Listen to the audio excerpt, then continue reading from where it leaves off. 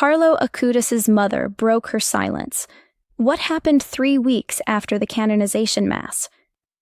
She called me at 11:47 in the evening.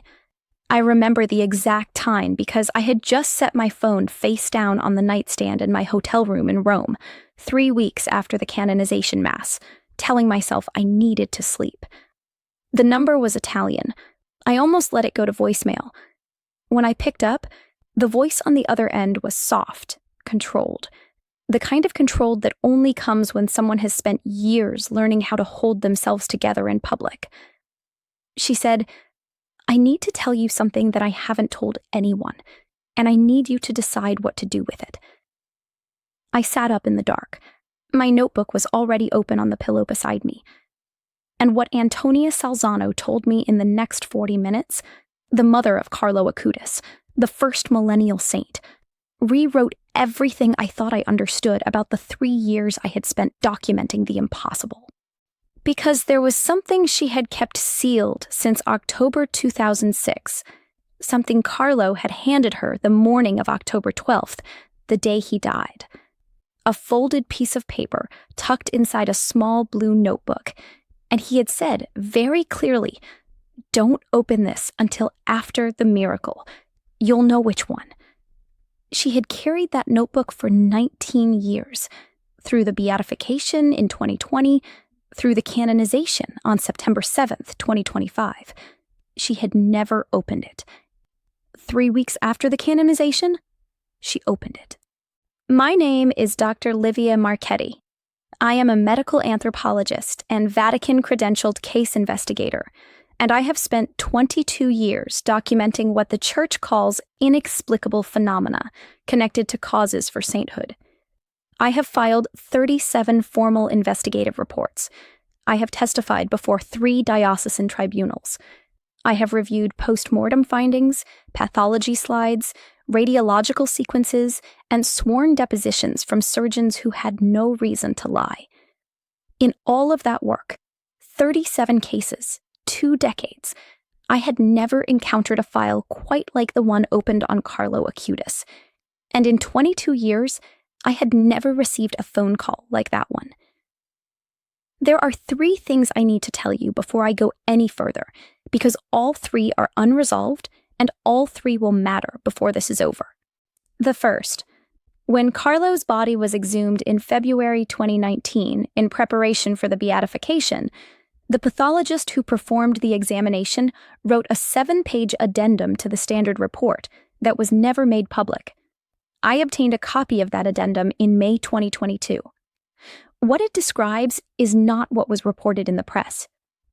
The second miracle attributed to Carlo, Valeria Valverde, Costa Rica, 2022, catastrophic head trauma, contained a specific medical measurement taken at 72 hours post-injury that no physician involved in the case could account for. I sat in the room with 2 of those physicians. They used the same word, both of them, independently, without knowing the other had said it.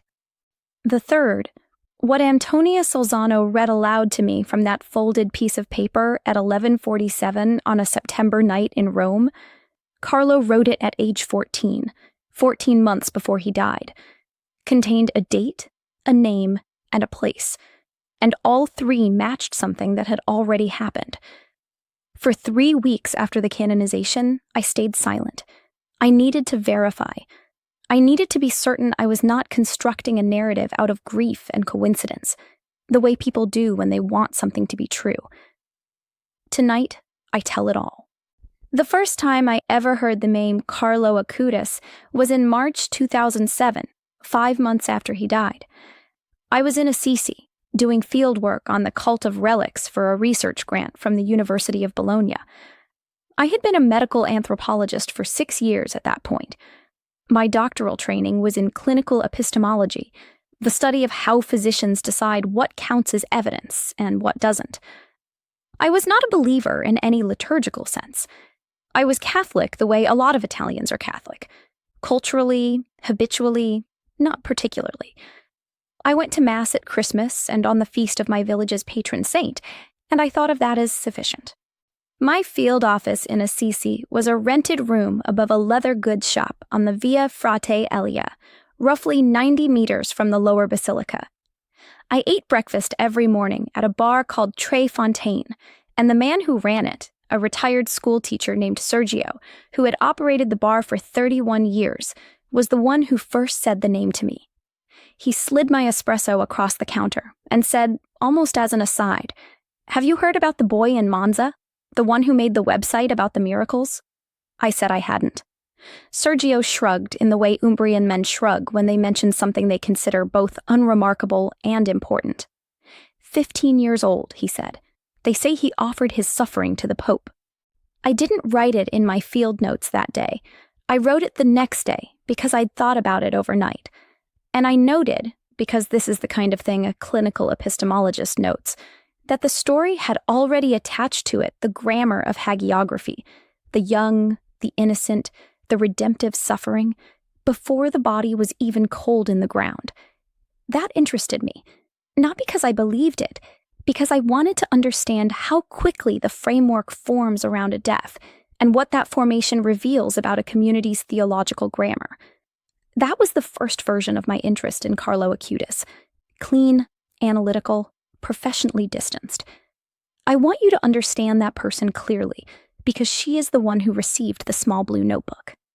It happened 6 weeks after the conversation with Sergio, in May 2007. I had arranged an interview with a Franciscan friar. I'll call him Father Benedetto, because he asked me not to use his name in publications, who had been running a small grief support ministry in Assisi for 12 years, and who had been in contact with the Acutis family in the weeks after Carlo's death.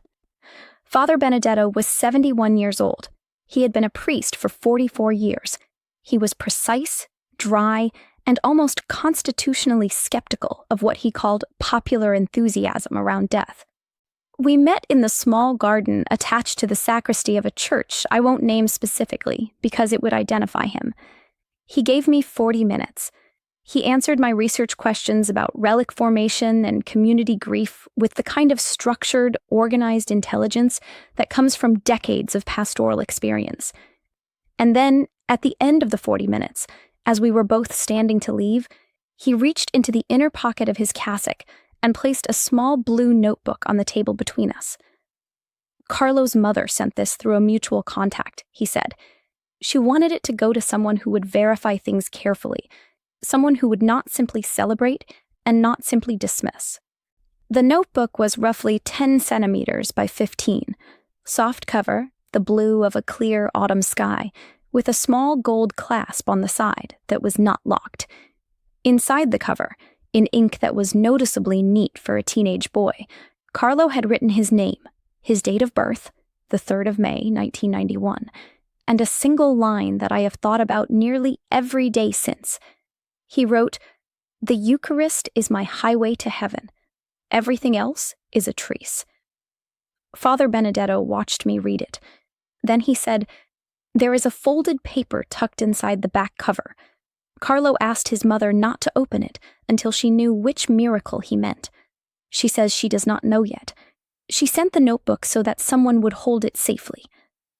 I looked at the back cover.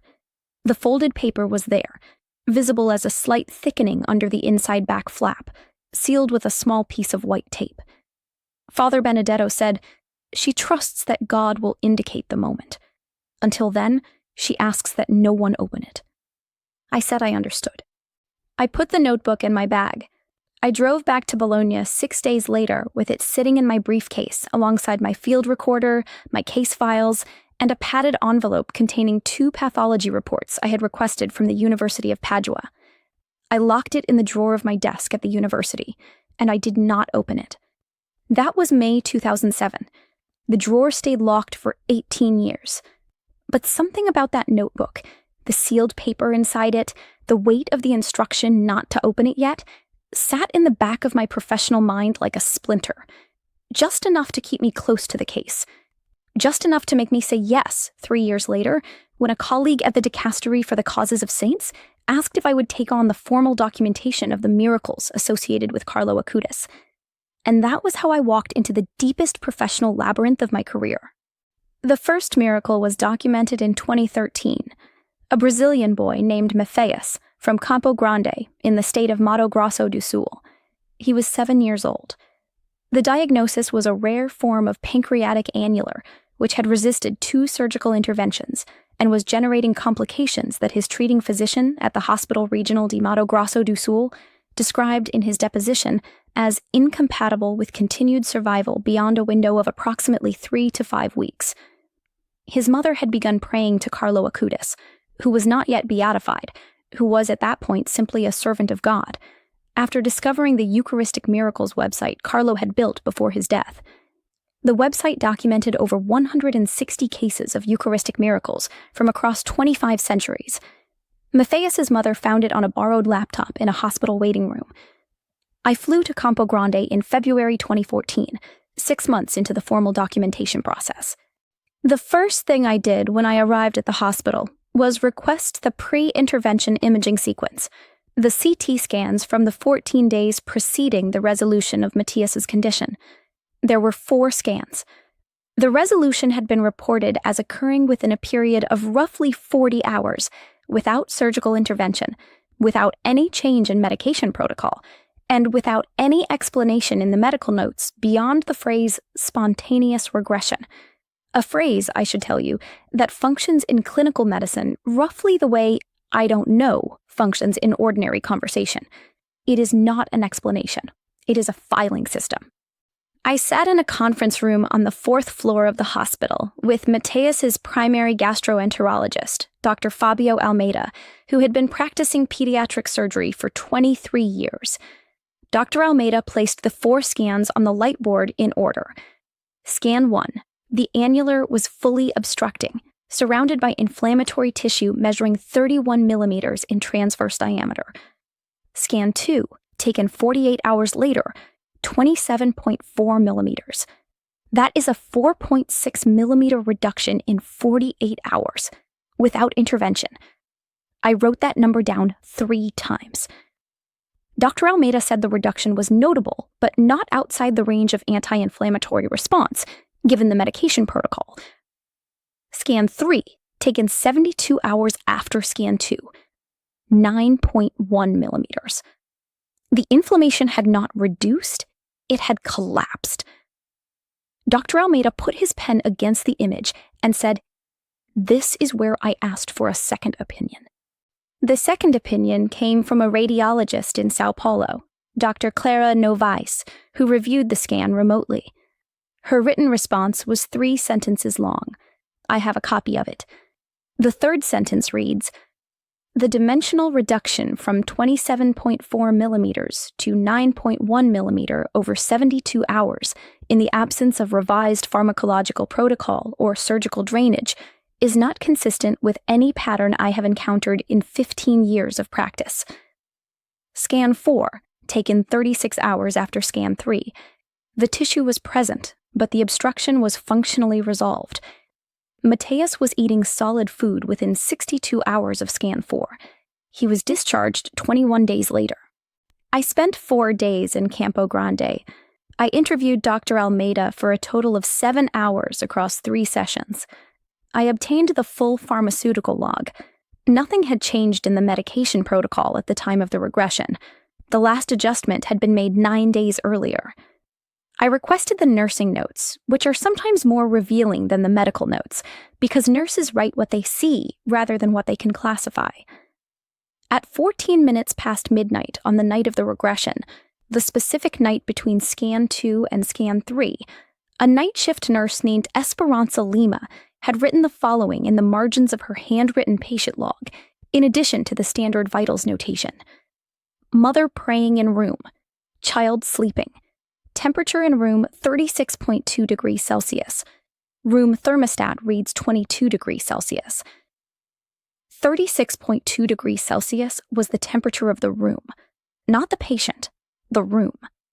I went back to Dr. Almeida with that note. He looked at it for a long time. Then he said, "The thermostat was calibrated. I checked it myself that week. It was within 0.3 degrees of the reference standard." I asked him what he thought. He was quiet for 18 seconds. I know because my field recorder was running. Then he said, "I think I am a very good doctor, and I don't think that is the right question for me." That was the first miracle. And that was the moment when my professional distance, that clean, analytical perimeter I had maintained since 2007, began to develop its first fracture.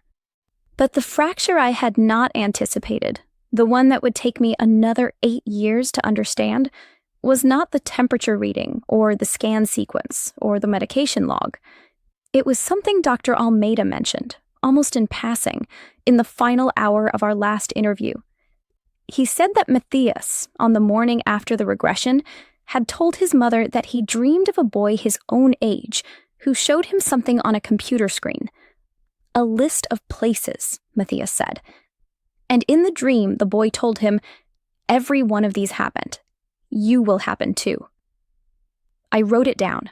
I put it in my report, and I did not know what to do with it. So I kept going.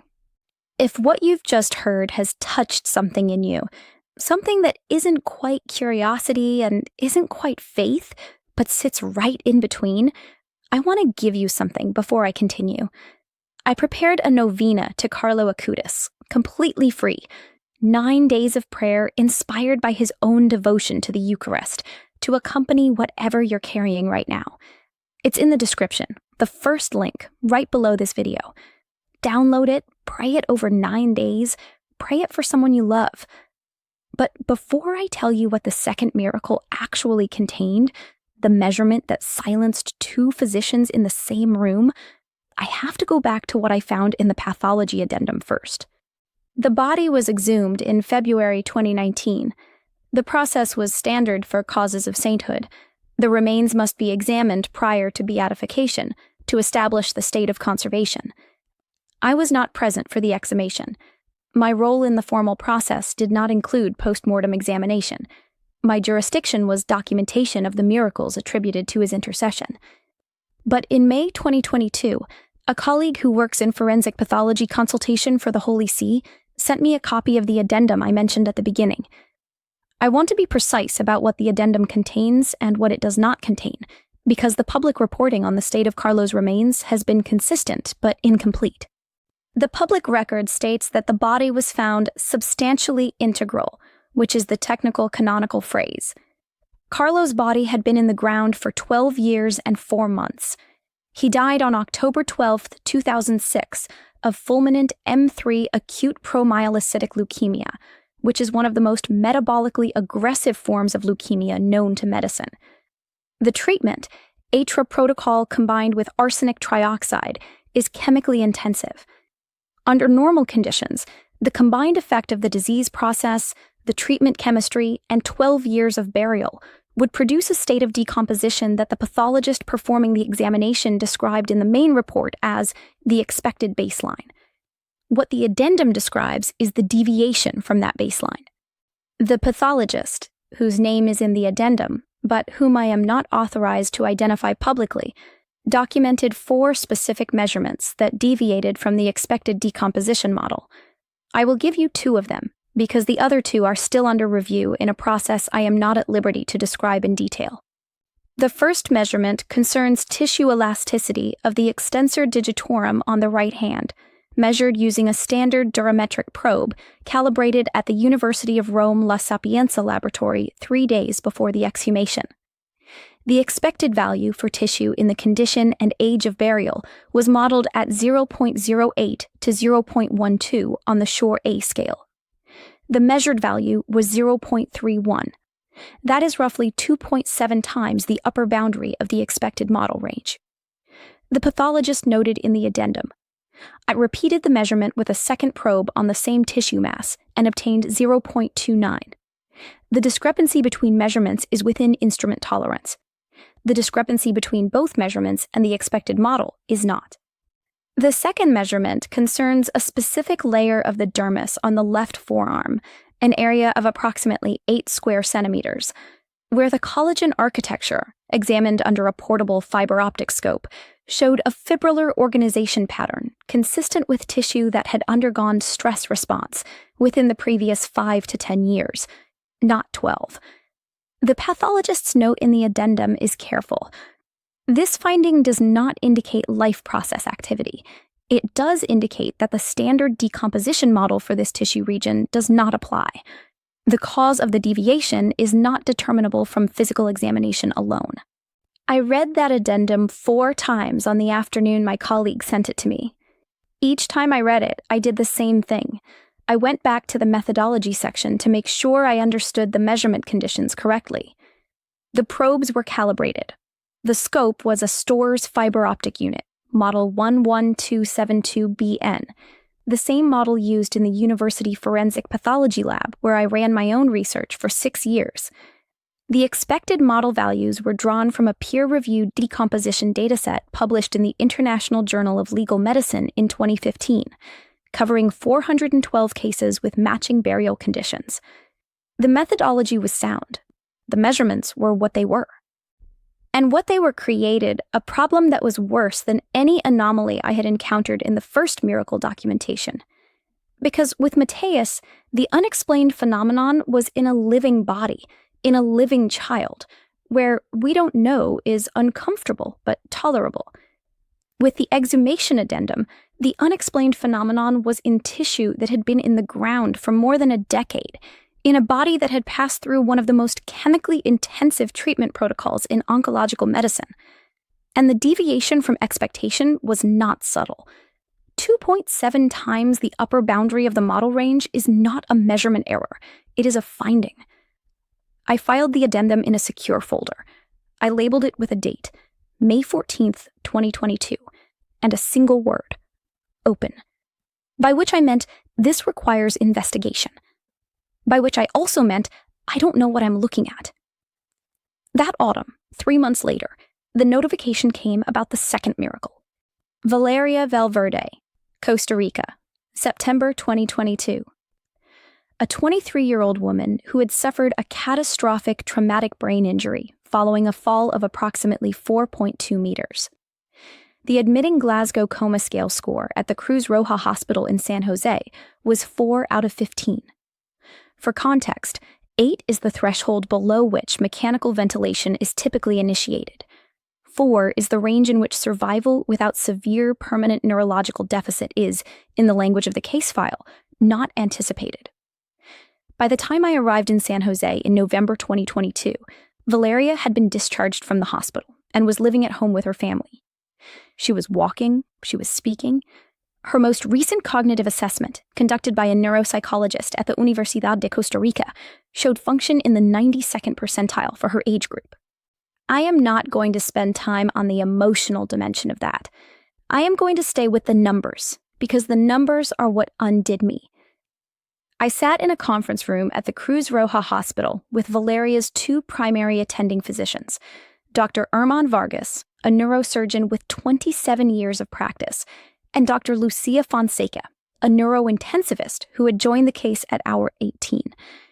I had asked them, separately, in separate pre-interview questionnaires I sent 2 weeks before the meeting, to identify the single most clinically anomalous measurement in the case. I had not told either of them what the other had written. Dr. Vargas wrote, the ICP reading at 72 hours. Dr. Fonseca wrote, the intracranial pressure at hour 72. The intracranial pressure at 72 hours was 14 millimeters of mercury. At hour 12, it had been 41 millimeters of mercury. At hour 36, it had been 38. The standard medical intervention, osmotic therapy, hyperventilation, sedation, had been running continuously since hour 6. None of the treating physicians would have predicted a drop from 38 to 14 in a 36-hour window on this case, with this severity at this stage of injury. But that is not the word they both used. I asked Dr. Vargas, in the room with Dr. Fonseca present, what word would you use for the 72-hour reading, in the context of everything else you observed? He looked at the table for a moment. Then he said, vertical. I looked at Dr. Fonseca. She said, I wrote that word in the case notes. At the time, I meant it as a description of the graph. Now I'm not sure that's all I meant. Vertical. A pressure curve that should have plateaued or descended gradually had dropped vertically, like a line cut with scissors. And no one in that room could tell me why. There was one more detail I found in the nursing notes. I always read the nursing notes.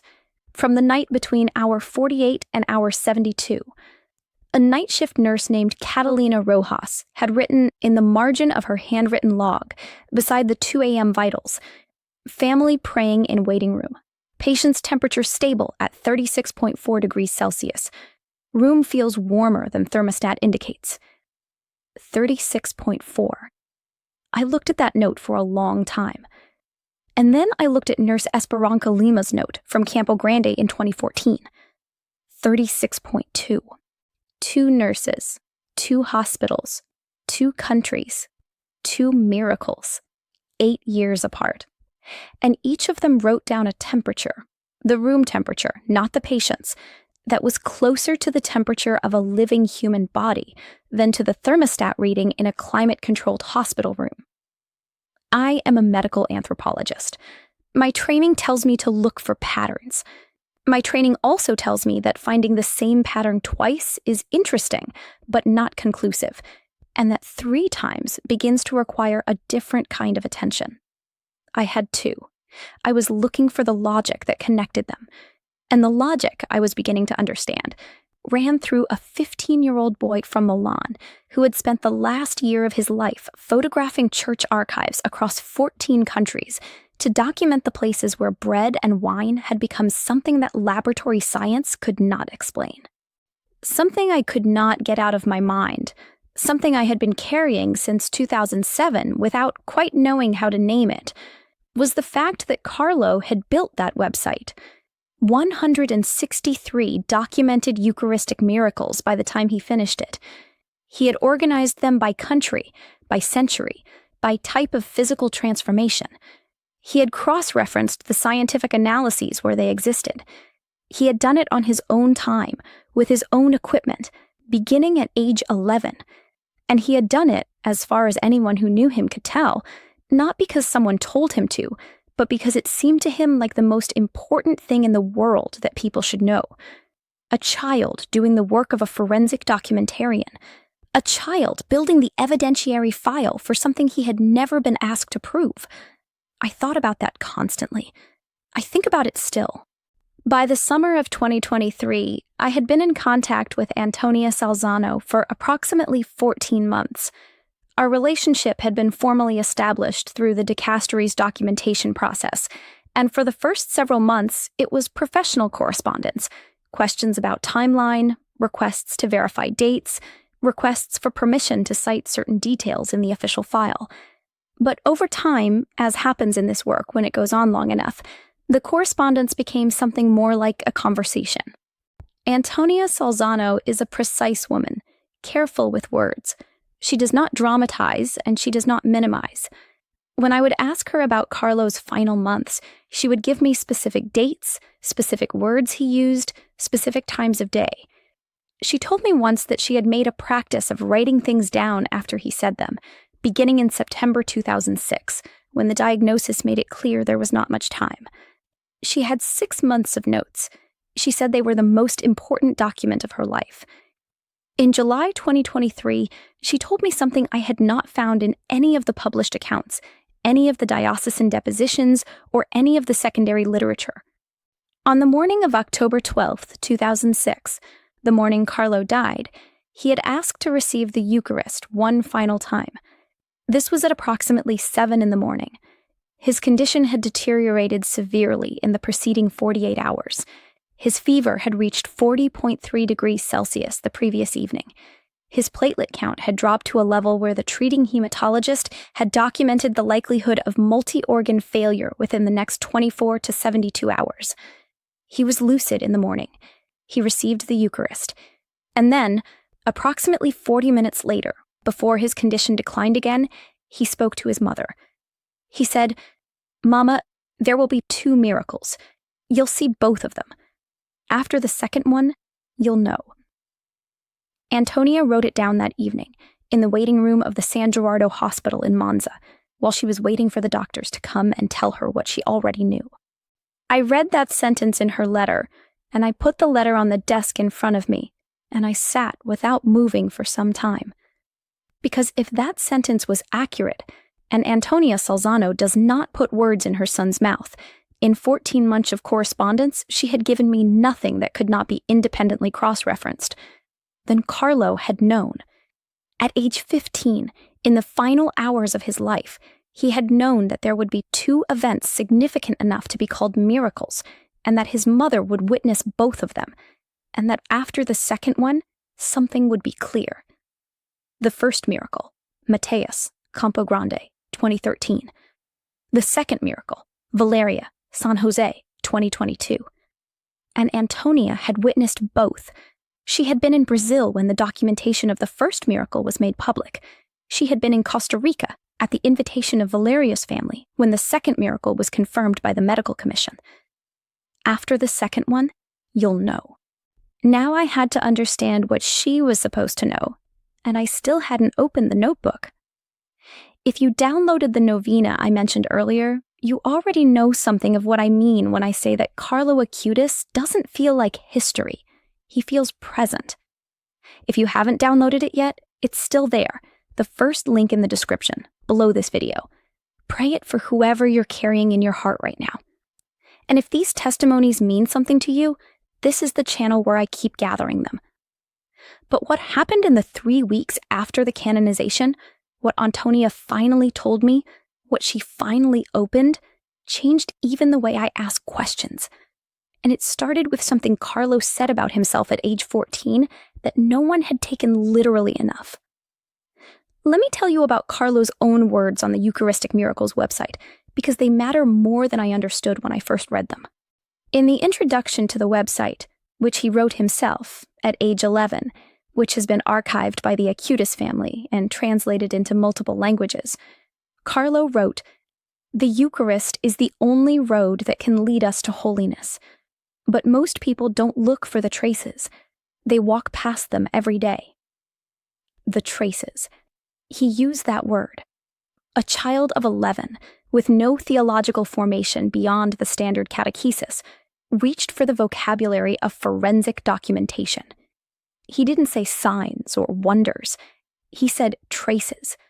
The kind of word a detective uses. The kind of word an investigator uses. The kind of word someone uses when they expect to find something, if they look carefully enough. In August 2024, 13 months before the canonization, I made a trip that was technically outside my official documentation brief. I went to Milan.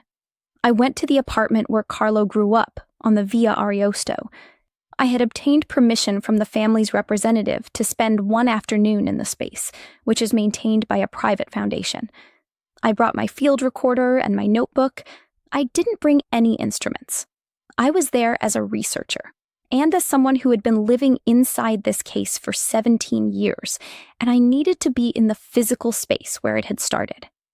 The apartment was smaller than I expected. The room where Carlo had his computer was modest: a wooden desk, a standard lamp, an IKEA bookshelf. The family had left his computer set up as it was. The actual machine was gone, of course, but the desk arrangement was preserved. What struck me was the wall beside the desk. He had pinned photographs to it. Not photographs of friends or pop stars. Photographs from the Eucharistic Miracle archives. Church interiors, photographs of consecrated hosts preserved behind glass in silver reliquaries. Photographs of scientific lab reports in Italian, Latin, and German. 163 cases of the impossible, pinned to a teenage boy's bedroom wall like a detective's evidence board. I stood in front of that wall for a long time, and I thought, he wasn't just documenting it, he was living inside it. He was surrounded by it every day. The accumulated evidence for something that the modern world keeps trying to file away. The evidence that matter can be transformed by something that physics does not yet have a category for. He was 15 years old, and he was dying, and he had plastered his bedroom wall with proof that the impossible keeps happening, and he found that comforting. I found that extraordinary. I also found, in the research notes that the Foundation's archivist had preserved in a folder, something I had not known. Carlo had been corresponding, in the last year of his life, with a molecular biologist at the University of Pavia named Dr. Enrico Falconi. Dr. Falconi had published a paper in 2004 on the cellular structure of the Lanciano Eucharistic miracle, a case from the 8th century in which the preserved tissue had been analyzed in 1971 and found to contain human cardiac muscle cells, blood type AB, with no preservative agents present. Carlo had found the paper online. He had written to Dr. Falconi at age 14 with a list of questions that the archivist's note described as technically sophisticated and not easily dismissed. Dr. Falconi had written back. The correspondence was in the folder. I read it with the archivist present. In the final letter Carlo sent, dated July 18, 2006, 3 months before he died, he asked Dr. Falconi, if a scientist can confirm that a transformation happened, but cannot explain the mechanism, does that mean the mechanism doesn't exist? Or does it mean the scientist hasn't found it yet? Dr. Falconi's reply, dated August 3, 2006, was 3 paragraphs long. The last paragraph read, "You are asking the right question, and asking the right question at your age is rarer than any of the phenomena you are studying." Carlo received that letter 6 weeks before his first hospitalization. I photographed every document in that folder. I drove back to Bologna that evening and sat in my office until 1 in the morning going through the photographs on my laptop. And somewhere around midnight, I did something I had not done in the context of this case in 17 years of documentation. I took the blue notebook out of the locked drawer of my desk. I placed it on the desk in front of me. I held it in both hands. I did not open it, but I held it, and I thought about a 14-year-old boy writing letters to molecular biologists about the mechanism behind the impossible.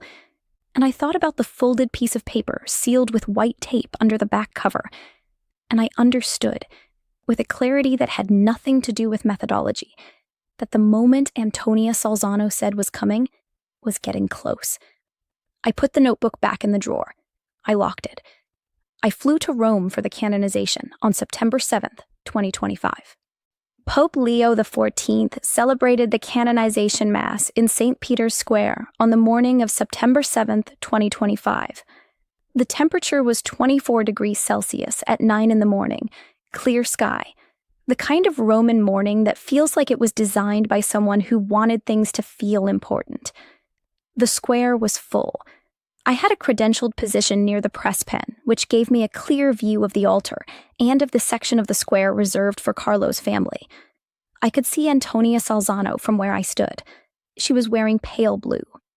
When the Pope pronounced the formula of canonization, the Declaramus words that are the oldest institutional speech act in the Western world, the moment when the Church says definitively, this person is with God, I watched Antonia Salzano.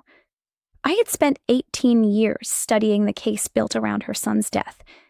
I had a forensic pathologist's addendum in my files with measurements no model could account for. I had nursing notes from 2 hospitals in 2 countries with the same temperature anomaly 8 years apart. I had a letter from a molecular biologist telling a dying 14-year-old he was asking the right question. I had Carlo's own words. There will be 2 miracles. You'll see both of them. After the second one, you'll know.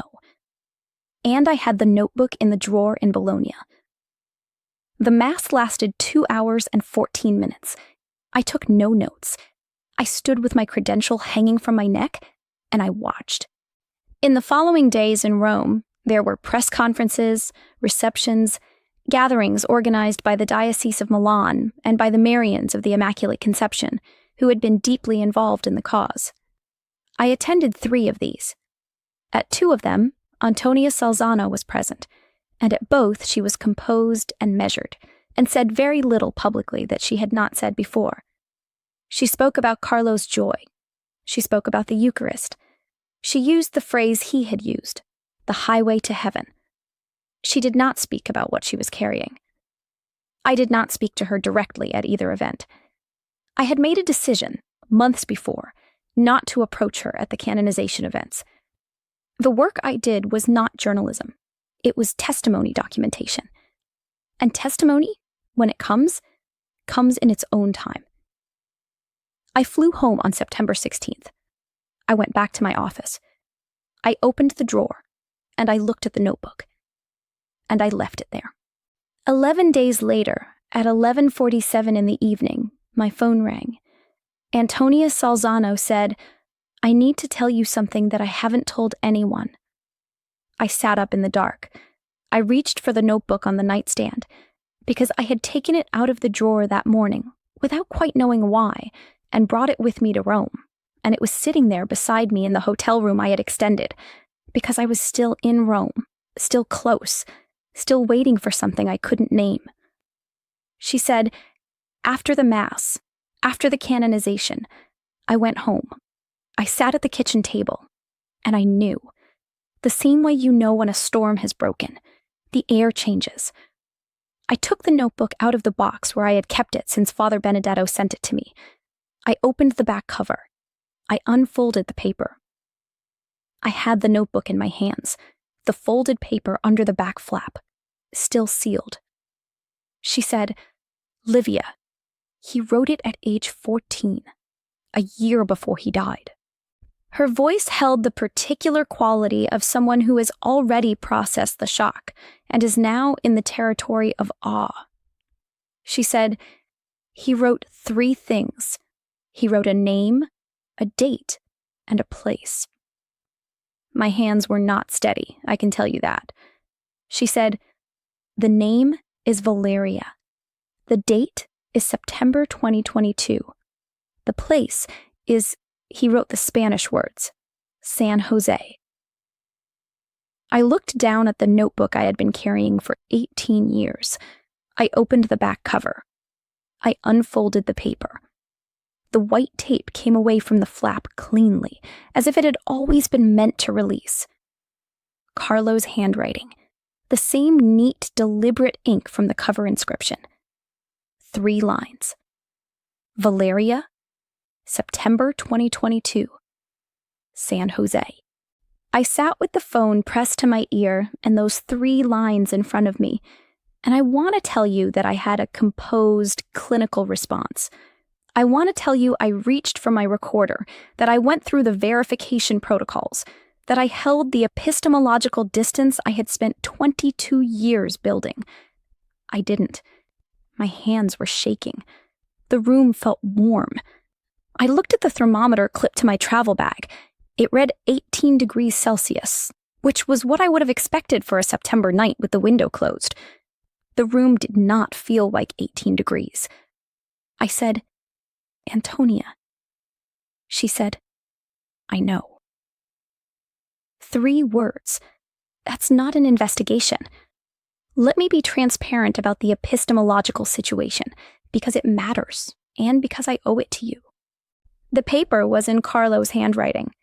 Antonia confirmed this immediately, and the family's documentation team, working under the direction of the Acutis Foundation, has since had the handwriting forensically compared with 14 other specimens from the same period by a graphologist at the University of Bologna. The comparison analysis, submitted in preliminary form in October 2025, found with a confidence level of 94.3% that the handwriting on the note was consistent with Carlo's authenticated writing samples from 2005 and 2006. The date on the note, September 2022, matches the month and year of Valeria Valverde's injury and recovery within the documentation presented to the Medical Commission for the second miracle. The place, San Jose, matches the city where Valeria was hospitalized. The name, Valeria, matches the name of the beneficiary of the second miracle. Now, Carlo wrote the note no later than early 2006, based on the context Antonia provided about when the notebook was completed and given to Father Benedetto. The second miracle was approved by the Medical Commission in late 2023 and submitted as the basis for the canonization. The timing of the note predates the event by a minimum of 16 years. I know what the reasonable objections are. I have thought through all of them. The objection that the note was written after the fact and inserted into the notebook, addressed by the graphological analysis and by the chain of custody, which I have documented in full. The note went from Carlo to Antonia, from Antonia via a mutual contact to Father Benedetto, from Father Benedetto with the notebook to me, and from me to Rome in my locked briefcase on September 2nd, 2025, 5 days before the canonization. The chain is documented. Every hand it passed through is accounted for. The notebook was not out of controlled custody between 2007 and 2025. The objection that Valeria and San Jose are common enough names to be coincidence. Possible, but increasingly implausible when combined with the specific date window and the specific name of the beneficiary of the formal miracle. The objection that this is wish fulfillment on the part of people who loved Carlo and wanted the facts to arrange themselves beautifully. I understand this objection. I held it against myself for the first 48 hours after the phone call. And then I went back to the documentation, the way I always go back to the documentation, and I looked at the numbers. The 9.1 millimeter scan reading that took Dr. Clara Novice 15 years of practice to find. Unprecedented. The 0.31 durametric measurement that sat 2.7 times above the upper model boundary. The intracranial pressure curve that 2 independent physicians described with the same word without knowing the other had said it. The temperature notations from Campo Grande and San Jose. And I thought, I have been building this file for 18 years. Every number I have is a number that doesn't fit the expected range. Carlo's own question to Dr. Falcone was the right one. If a scientist can confirm that a transformation happened, but cannot explain the mechanism, does that mean the mechanism doesn't exist? No, it means the scientist hasn't found it yet. I am a medical anthropologist. I am credentialed by the Vatican's dicastery. I have spent 22 years trying to find the mechanism. And what I can tell you, as precisely and honestly as I know how, is this. After 18 years of documentation, after 72 hours in Campo Grande and 90 hours in San Jose, and an afternoon in a Milan apartment, and a knot in Rome with a notebook in my hands, the file does not close on the mechanism. The file remains open. And in my professional experience, when a file remains open at this level of documentation, it is because what it contains requires a different order of explanation than the one I was trained to provide. I testified before the Medical Commission of the Dicastery for the Causes of Saints for the last time on January 14th, 2025. The session lasted 4 hours and 11 minutes. I presented 12 years of documentation across both miracles, the exhumation addendum, the nursing notes, the scan sequences, the pharmaceutical logs, and the graphological preliminary from Bologna. At the end of the session, the commission president, a Jesuit physician who had been practicing medicine for 39 years, asked me a question he had never asked me in 4 previous hearings. He said, "Dr. Marchetti, in your professional opinion, is there a natural explanation for the totality of what you have documented?" I thought about it for a long time. The room was quiet. I said, "The totality? No. Individual elements can be proposed for natural explanations, and some of those proposals hold up under scrutiny. The totality does not propose a natural explanation. The totality proposes something else." He nodded. He wrote something on the paper in front of him. He said, "Thank you." 3 months later, the Vatican announced the date of the canonization, September 7th, 2025. I went to Assisi 1 week before flying to Rome for the Mass. I went to the Basilica of Santa Maria Maggiore, where Carlo is buried. His tomb is in a side chapel, behind a glass panel. The body is clothed in a white alb. His face, through the glass, in the light of the chapel candles, has the stillness of something that has arrived somewhere. I sat in that chapel for 2 hours. I had my notebook, but I didn't write anything.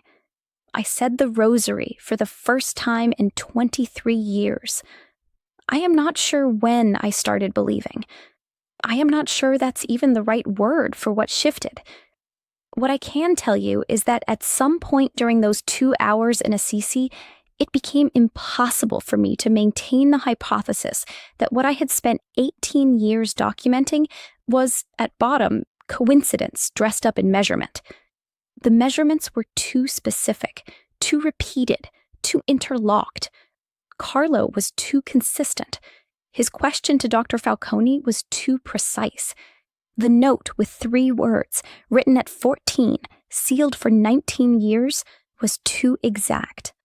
I sat in the chapel and I thought, he left traces everywhere. He was 15 years old and he was dying. And he left traces for people he would never meet, in hospitals he had never seen, in countries he had never visited. A Brazilian boy named Mateus, dreaming of a screen full of places. A Costa Rican woman named Valeria, walking out of a hospital with pressure readings that bent the expected curve vertically. A folded piece of paper with 3 words that a molecular biologist in Pavia could not have predicted, and that a medical anthropologist in Bologna did not dare open for 18 years. The traces were always there. I just needed to learn how to look. I want to tell you about the 3 weeks between the canonization and Antonia's phone call, because those 3 weeks are not simply a postscript. They are the argument. In those 3 weeks, 3 things happened that I have since documented in a supplementary report submitted to the Dicastery in October 2025. The first, a woman named Sister Kayima Ryan, an Irish Carmelite nun stationed in Manila, Philippines, contacted the Acutis Foundation to report that on September 8th, the morning after the canonization, she had woken from sleep at precisely 4:47 in the morning with what she described as the complete and certain knowledge that a man she had been praying for over 9 months, her brother Thomas, who had been diagnosed 14 months earlier with glioblastoma multiforme, grade 4, in Dublin, had entered remission. She did not know this medically. She had received no phone call. She had simply woken with the certainty. Her brother's MRI was taken 11 days later at Beaumont Hospital in Dublin. The imaging report, which I obtained with the family's written permission, dated September 19, 2025, reads, "No residual enhancement consistent with active disease. Results require correlation with clinical presentation." His oncologist used the word remarkable. His family used the word Carlo. The second, the Acutis Foundation reported a 47-fold increase in downloads of the Eucharistic Miracles database in the 72 hours following the canonization, originating from 139 countries. The database Carlo built as a child, on his own time, at his own desk in Milan, was accessed more times in 3 days than it had been in the previous 6 months. The third, on September 24, 2025, 17 days after the canonization, Dr. Enrico Falconi, the molecular biologist from Pavia who had corresponded with Carlo in 2006, published a letter in the journal Medicina e Morali. Dr. Falconi is now 73 years old. He has been retired from active research for 4 years. The letter is titled, "A Question I Was Asked in 2006. In it, he quotes Carlo's question verbatim. If a scientist can confirm that a transformation happened, but cannot explain the mechanism, does that mean the mechanism doesn't exist? And he answers it, finally, in public, 19 years after a 14-year-old boy asked it. The answer is 1 sentence long. Dr. Falconi writes, "No, it means the mystery is larger than the method." I read that letter on the same afternoon I received the graphological preliminary from Bologna. I read it twice, and then I called Antonia Salzano's number, the same Italian number that had called me 6 days earlier, and I got her voicemail, and I left a message that said only this: he was right about the question.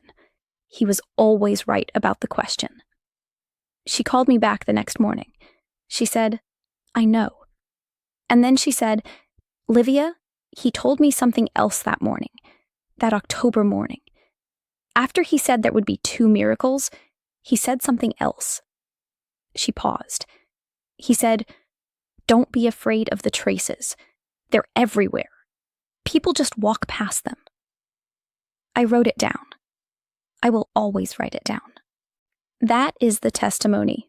Those are the measurements, the dates, the names, the places. That is the file. I have not closed it, because I don't believe it should be closed. I believe it should be held open, the way Carlo held his question open, with precision and with patience, and with the willingness to go on looking, even when the mechanism stays hidden. Carlo Acutis was born in London on the 3rd of May, 1991. He died in Monza on the 12th of October, 2006. He was 15 years old and 4 months old. He had spent the last 4 years of his short life photographing the evidence for something that most of the world was too busy to notice. He built a website, he wrote letters, he pinned photographs to his bedroom wall. He tucked a folded piece of paper into a blue notebook and gave it to his mother and told her not to open it until she knew which miracle he meant. And he did all of this, the website, the letters, the notebook, the photographs, between receiving the Eucharist each morning and coming home from school each afternoon. He called the Eucharist his highway to heaven. He said the traces were everywhere. The traces are everywhere. A temperature reading in a hospital room in Campo Grande, a pressure curve in San Jose that 2 physicians described with the same word, a durometric measurement in a forensic laboratory in Rome, a nun waking in Manila with a certainty she couldn't explain, a molecular biologist publishing his answer 19 years late. 3 words on a folded piece of paper. Valeria, September 2022, San Jose. I spent 18 years looking at the traces without knowing what I was looking at. And then I sat in a chapel in Assisi and held an old blue notebook, and I understood, with the quiet and specific certainty that only comes at the end of a long investigation, that the traces were never hidden. They were just waiting to be found by someone who was finally ready to stop explaining them away. Carlo said he was 15 and offered his suffering for the Pope and for the Church. He said the Eucharist was his highway. He said, "Don't be afraid of the traces." I am not afraid anymore. I have been giving talks at universities, hospitals, and retreat centers since January 2025. I have presented the documentation to 14 audiences in 7 countries, in Rome, in Dublin, in Manila, in Sao Paulo, in San Jose. Every time I stand up and put the scan sequences on the screen, and the nursing notes from Campo Grande, and the nursing notes from San Jose, and the durometric values from the exhumation addendum, and the 3 words in Carlo's handwriting, I watch the same thing happen. People who arrived with the careful, professional distance that I once wore like armor, the same distance I maintained for 18 years in the drawer with the locked notebook, begin to look, not to explain, to look. And when you look long enough at the specific, numbered, documented evidence that Carlo spent his short life gathering and his death confirming, something shifts. The file doesn't close. It opens wider. And what you find inside it is not a collection of anomalies. It is an invitation. I believe that is what he intended all along.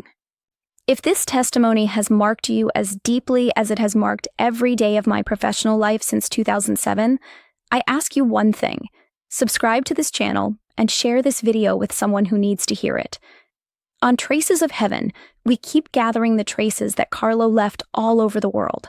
The documented cases, the measurements, the testimonies from people who walked past the unexplained and then stopped and looked. Every story we tell is built the same way, with names, with numbers, with the patience to follow the evidence wherever it leads. And if you want to carry something of this story with you, the free novena to Carlo Acutis is in the description. The first link, right below this video. 9 days of prayer, inspired by his own devotion to the Eucharist, to pray alongside the person you love most, or for the intention you've been holding quietly in your heart. Download it, pray it, share it with someone who needs it. Carlo said the Eucharist was his highway to heaven. The traces of heaven are everywhere. You only have to know how to look.